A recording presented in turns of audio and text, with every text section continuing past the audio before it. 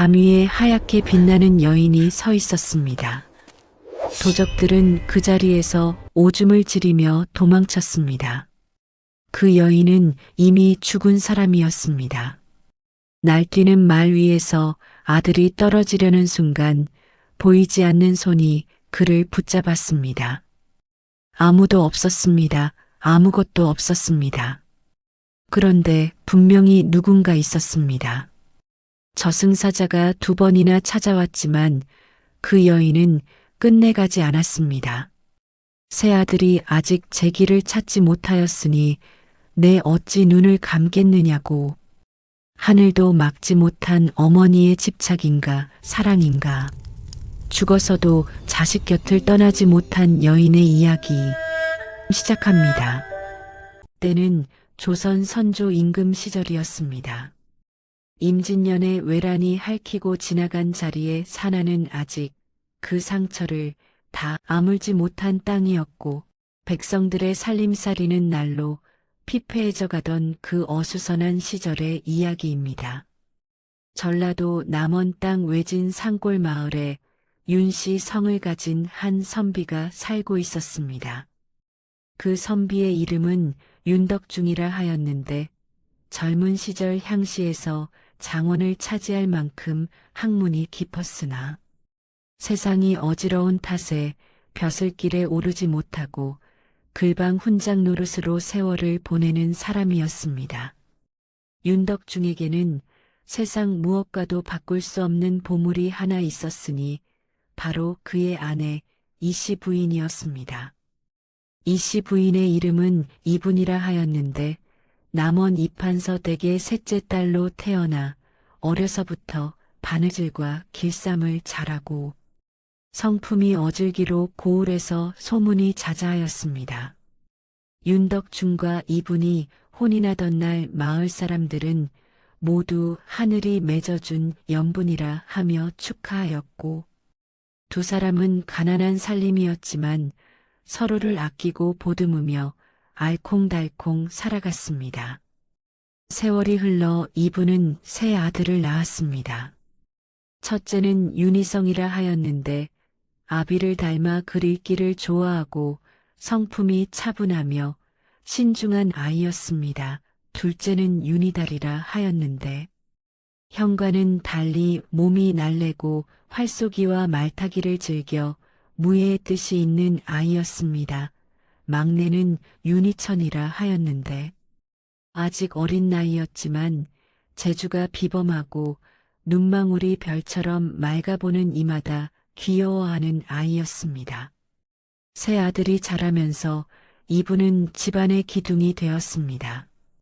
이른 새벽부터 늦은 밤까지 배를 짜고 채소밭을 가꾸며 식구들 입에 풀칠을 하였고 남편이 글방에 나간 사이 혼자서 집안의 크고 작은 일들을 모두 감당하였습니다.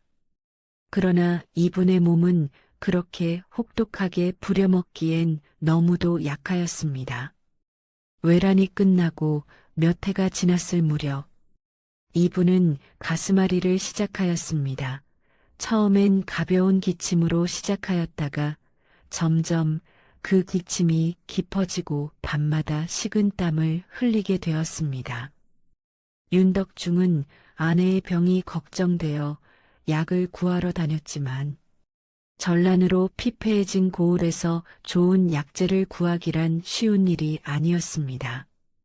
이분은 남편에게 걱정을 끼치지 않으려 아픈 내색을 감추었고 새아들 앞에서도 늘 웃음을 잃지 않았습니다.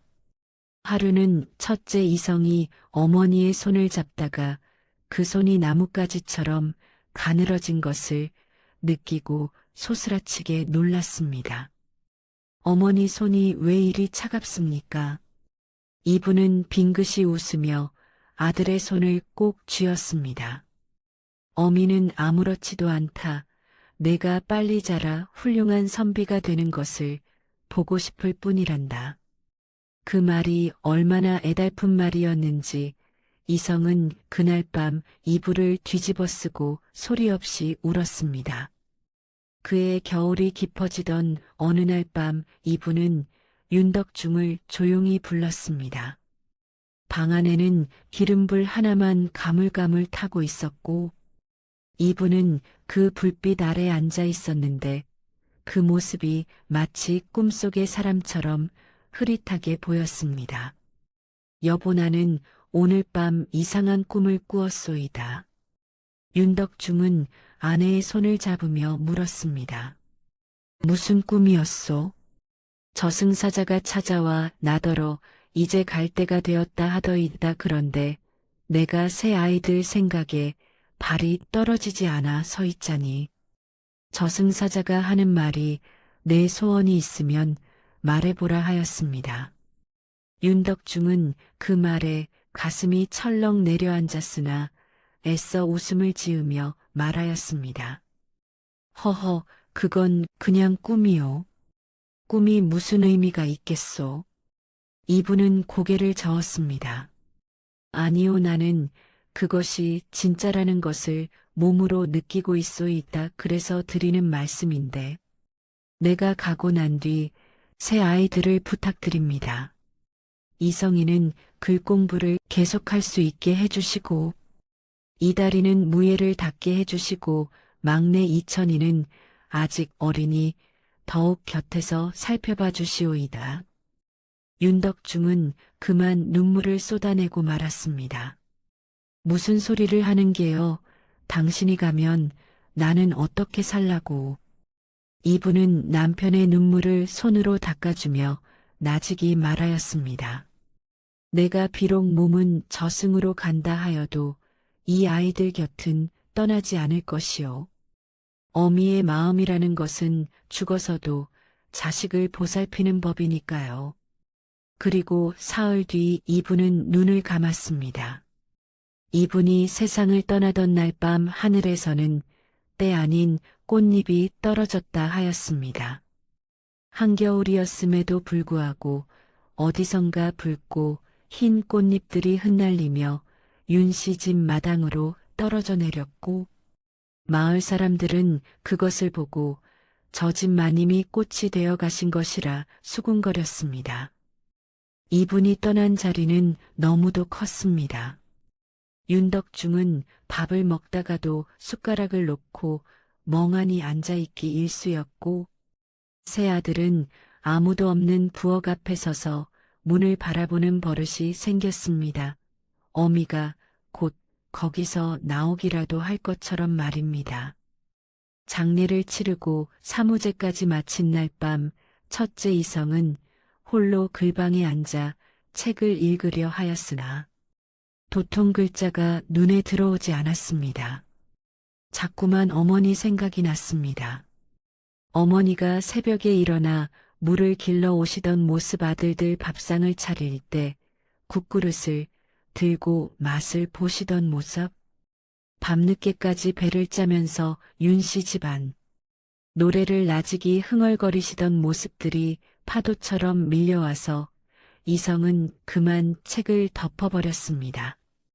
그때였습니다.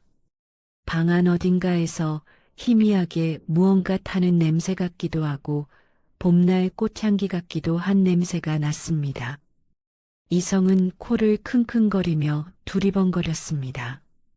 그 냄새는 분명 어머니의 냄새였습니다. 어머니가 늘 손에 바르던 참기름과 뽕나무 향이 섞인 그 독특한 냄새였습니다.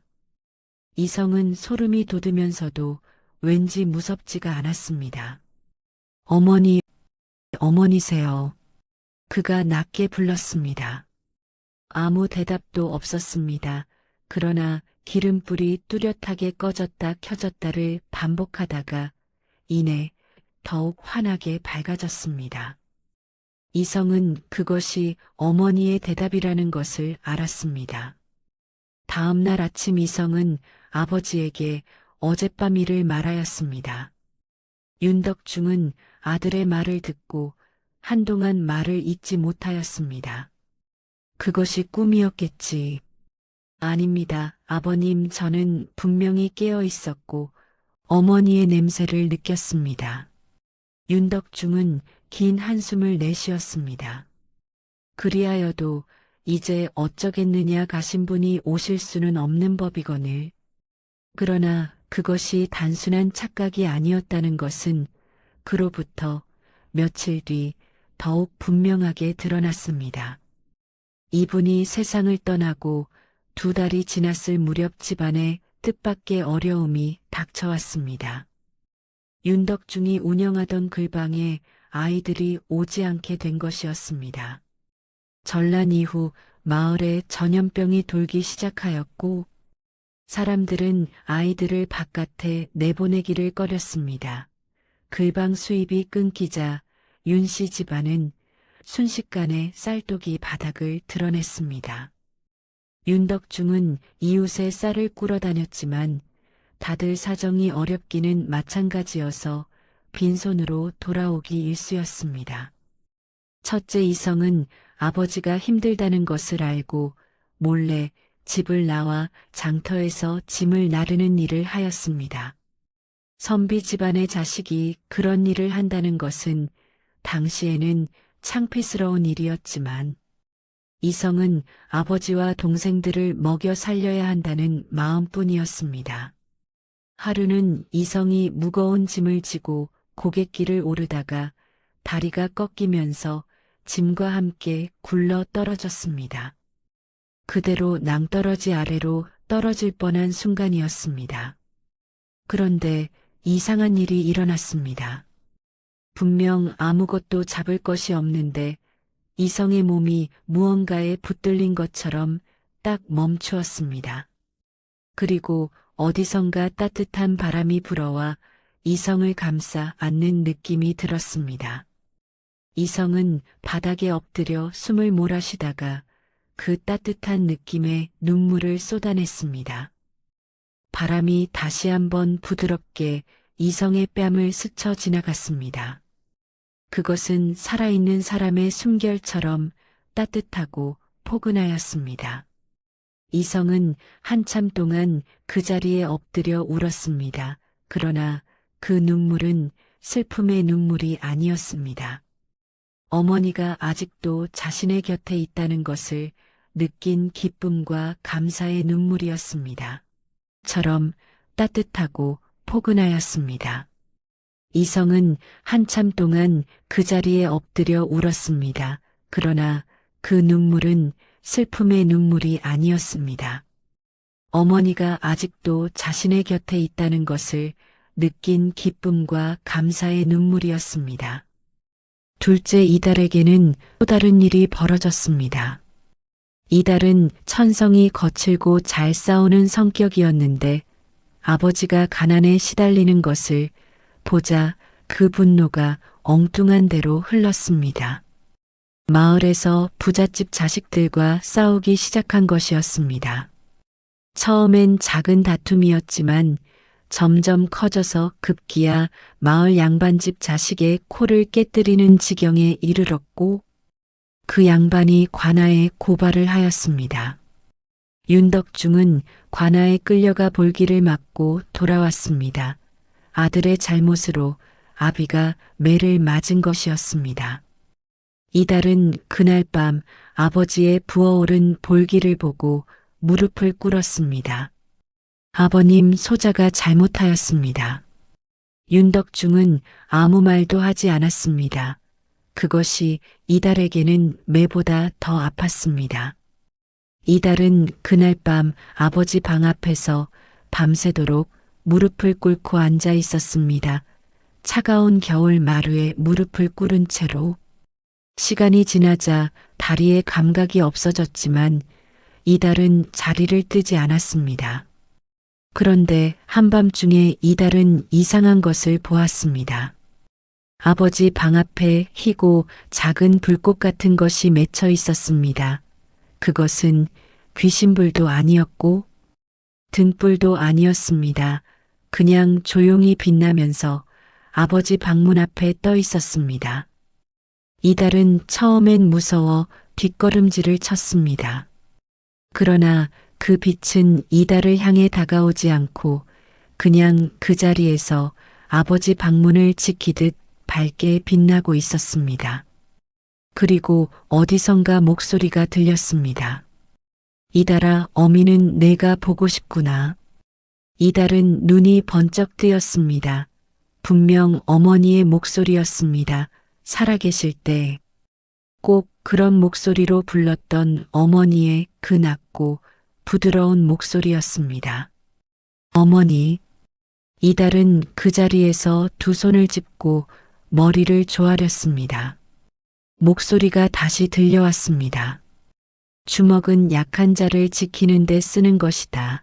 강한 자에게 분풀이하는 데 쓰는 것이 아니란다. 내 아비는 글로 세상을 보는 사람이고 너는 무예로 세상을 지키는 사람이 되어야 하느니라. 이달은 눈물이 주르르 흘렀습니다.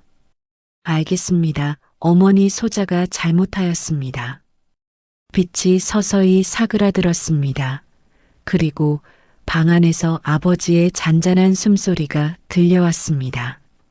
어머니가 아버지를 지키며 앉아 있었던 것이었습니다. 이달은 그날 이후 완전히 달라졌습니다. 이유 없이 싸우는 일이 없어졌고 오히려 마을에서 약한 사람들이 괴롭힘을 당할 때 나서서 막아주는 사람이 되었습니다. 막내 이천에게도 이상한 일이 일어났습니다. 이천은 세 형제 중 가장 어렸던 터라 어머니를 잃은 충격이 가장 컸습니다. 낮에는 멀쩡해 보여도 밤만 되면 잠을 자지 못하고 울다가 지쳐 쓰러지기를 반복하였습니다. 윤덕중은 막내가 걱정되어 자신의 방에 데려다 재웠는데 어느 날 밤 이천이 잠꼬대를 하기 시작하였습니다. 어머니, 저 여기 있어요. 어머니 가지 마세요. 윤덕중은 잠든 아이를 내려다보며 가슴이 찢어지는 것 같았습니다. 그때였습니다. 방 안에 갑자기 향긋한 냄새가 풍겼습니다. 아직 봄이 오려면 멀었는데 분명히 매화꽃 향기였습니다. 윤덕중은 그 냄새에 눈물이 고였습니다. 이분이 살아있을 때 뜰에 매화나무를 심어놓고 꽃이 필 때마다 기뻐하던 모습이 눈앞에 선하였습니다. 그리고 잠꼬대를 하던 이천의 표정이 스르르 풀렸습니다. 울음기가 사라지고 입가에 작은 미소가 번지더니 이천은 편안하게 잠들었습니다. 윤덕중은 아이의 옆에 앉아 그 모습을 바라보다가 나직이 말하였습니다. 당신이 왔소이까 고맙소. 아이들이 당신을 그리워하오. 방안이 잠시 환해지는 것 같았습니다. 마치 누군가가 웃는 것처럼 공기가 따스해졌다가 이내 다시 조용해졌습니다. 이런 일들이 이어지면서 윤씨 집안 사람들은 모두 이분이 아직 집을 떠나지 않고 있다는 것을 느끼게 되었습니다. 그러나 그것을 마냥 기뻐할 수만은 없었습니다. 왜냐하면 이분이 이승에 붙들려 있다는 것은 그만큼 저승으로 편히 가지 못하고 있다는 뜻이기도 하였기 때문입니다. 어느 날 마을에 용한 무당이 찾아왔습니다. 그 무당의 이름은 봉선이라 하였는데 나이가 70이 가까운 노파였지만 눈빛이 형형하고 걸음걸이가 날렵하였습니다. 봉선 무당은 지나는 길에 윤씨 집 앞에서 우뚝 멈추었습니다. 이 집에 이승을 떠나지 못한 혼이 있소. 윤덕중이 놀라 나와 보니 봉선 무당이 집 앞에 서서 고개를 갸우뚱거리고 있었습니다. 어찌 아시오이까? 봉선 무당은 윤씨 집 마당을 가리켰습니다. 저기 보시오, 꽃이 피어 있지 않소? 윤덕중이 보니 한겨울인데도 뜰에 매화나무에 꽃 두세 송이가 피어 있었습니다. 겨울에 피어 있는 그 꽃은 분명 이상한 일이었습니다. 봉선 무당은 마루에 앉아 한동안 눈을 감고 있다가 입을 열었습니다. 이 집 여인은 자식들이 제 길을 찾을 때까지 떠나지 않겠다 하오. 그 마음이 얼마나 간절한지. 저승문도 그 여인을 잡아두지 못하는 것이요. 윤덕중은 두 손을 모았습니다. 그러면 어떻게 해야 하오이까? 봉선 무당이 말하였습니다. 억지로 보내려 하지 마시오. 억지로 보내면 오히려 여인의 혼이 상하오. 그 여인이 스스로 마음을 놓을 수 있도록 아이들이 건강하고 올바르게 자라는 것을 보여드리는 것이 최선이요. 그해 봄이 오면서 집안에 조금씩 변화가 생겼습니다. 전염병이 물러가고 글방에 아이들이 다시 오기 시작하였습니다. 첫째 이성은 더욱 열심히 공부하였습니다. 아버지를 도와 글방을 운영하면서도 밤을 새워 경전을 읽었습니다. 동네 사람들은 그가 큰 선비가 될 것이라고 말하였습니다. 둘째 이달은 뜻을 세워 인근 마을의 무사에게 찾아가 무예를 배우기 시작하였습니다. 스승은 처음엔 가난한 아이를 받기 꺼렸지만 이달의 눈빛이 범상치 않음을 보고 결국 받아들였습니다. 이달은 밥도 먹는 둥 마는 둥 하면서 무예 연습에 몰두하였습니다. 막내 이천은 형들 덕분에 밥을 굶지 않게 되면서 얼굴에 생기가 돌았습니다.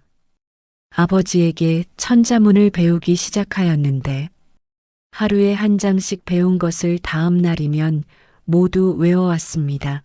윤덕중은 막내의 재주를 보고 혀를 내둘렀습니다. 이 아이는 내 어미를 닮았구나. 어미가 옆에서 가르쳐 주나 보다. 한편 윤 씨 집 주변에서는 계속해서 이상한 일들이 일어났습니다. 마을에 도적이 들었던 날 밤의 일이었습니다. 그날 밤 도적 3명이 윤 씨 집 담을 넘으려 하였습니다. 전란 이후 어지러운 세상에는 도적들이 들끓었고 가난하지만 글방을 운영하는 윤 씨 집에는 책과 북과 먹이 있으니 그것을 노린 것이었습니다. 첫 번째 도적이 담을 넘으려다가 갑자기 비명을 지르며 뒤로 물러났습니다. 담 위에 불이 있어, 불이 있어. 다른 도적들이 웃으며 무슨 소리냐고 올려다 보았는데 그들도 물러섰습니다. 담 위에는 분명히 아무것도 없었지만 그 도적들의 눈에는 분명히 무언가가 보였습니다.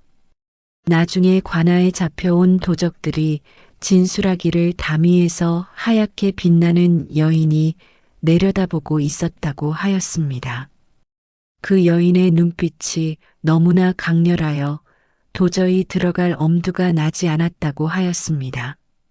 마을 사람들은 그 이야기를 듣고 윤 씨 집마님이 가족을 지키고 계신 것이라 하였습니다.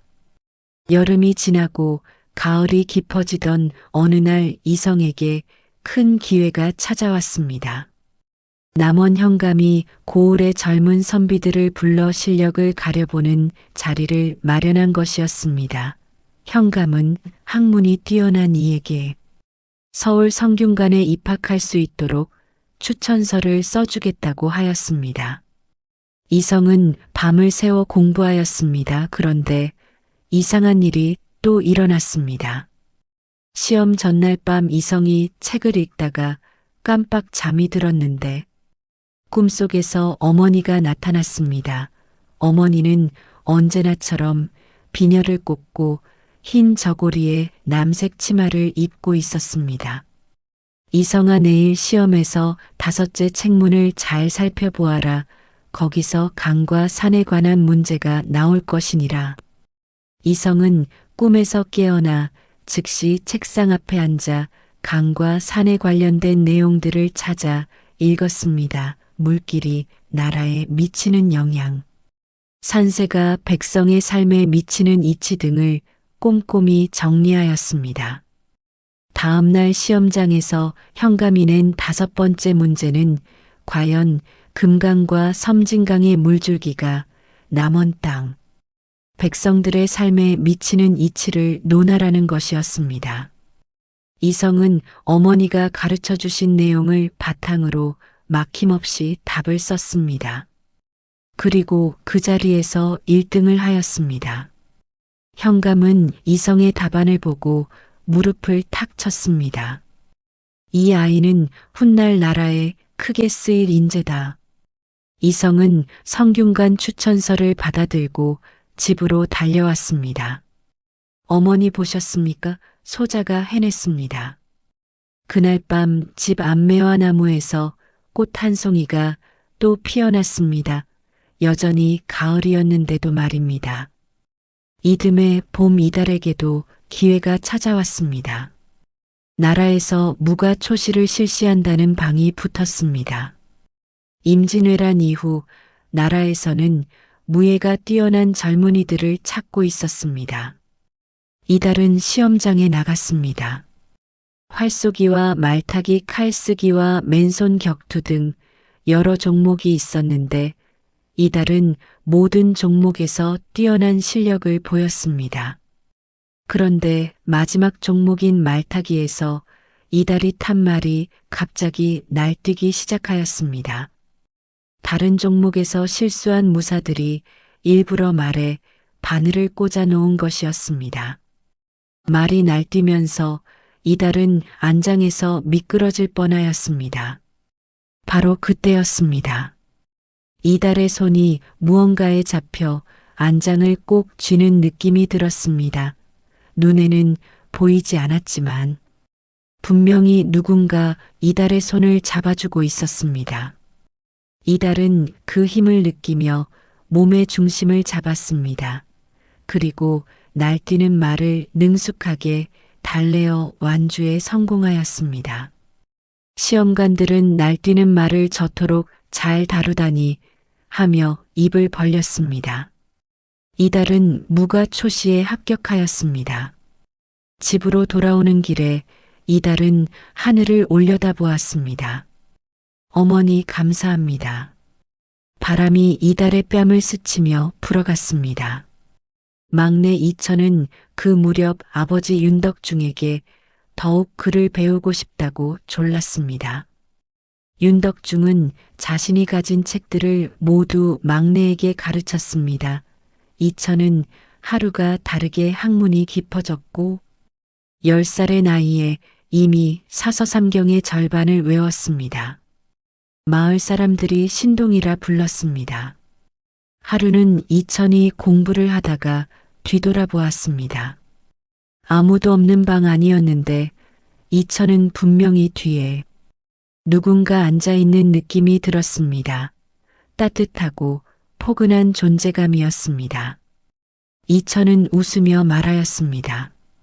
어머니, 저 공부 잘하고 있지요. 그때 이천의 손에 쥐어진 붓이 저절로 움직이는 것처럼 느껴졌습니다. 이천은 소스라치게 놀랐지만 그 움직임이 어머니의 손길 같아서 겁이 나지 않았습니다. 이천은 그 느낌을 따라 붓을 움직였는데 나중에 그 글씨를 보니 어머니가 살아계실 때 즐겨 쓰시던 꽃무늬 글씨체와 똑같은 모양이었습니다. 새 아들이 제 길을 찾아가는 모습을 지켜보면서 윤덕중은 아내가 이제 곧 편히 가실 수 있을 것이라는 예감이 들었습니다. 그의 겨울 이성이 서울로 올라가기 전날 밤이었습니다. 윤 씨 집 식구들이 모두 모여 마지막 밥상을 마주하였습니다. 이성이 떠나면 오랫동안 가족이 함께하지 못할 것이기에 윤덕중은 손수 밥을 지었습니다. 그런데 밥상 앞에 앉으니 식구들이 모두 느꼈습니다. 밥상 위에 수저가 하나 더 놓여 있었습니다. 아무도 놓지 않은 수저였습니다. 윤덕중은 그 수저를 바라보다가 눈시울이 붉어졌습니다. 이성이 막 입을 열었습니다. 어머니도 함께 드시는 것이겠지요. 세 아들은 모두 고개를 끄덕였습니다.